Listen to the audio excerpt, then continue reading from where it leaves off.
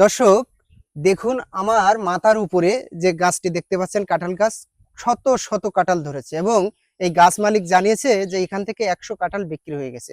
তো আমার সাথে যে গাছ মালিক আমাদের ডবলু ভাই আমার সাথে আছে।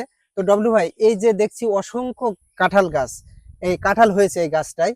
তো এই কাঁঠাল কি সব আপনারা বিক্রি করে দেন, না মাঠে যারা আসে তারা কম বেশি খায়?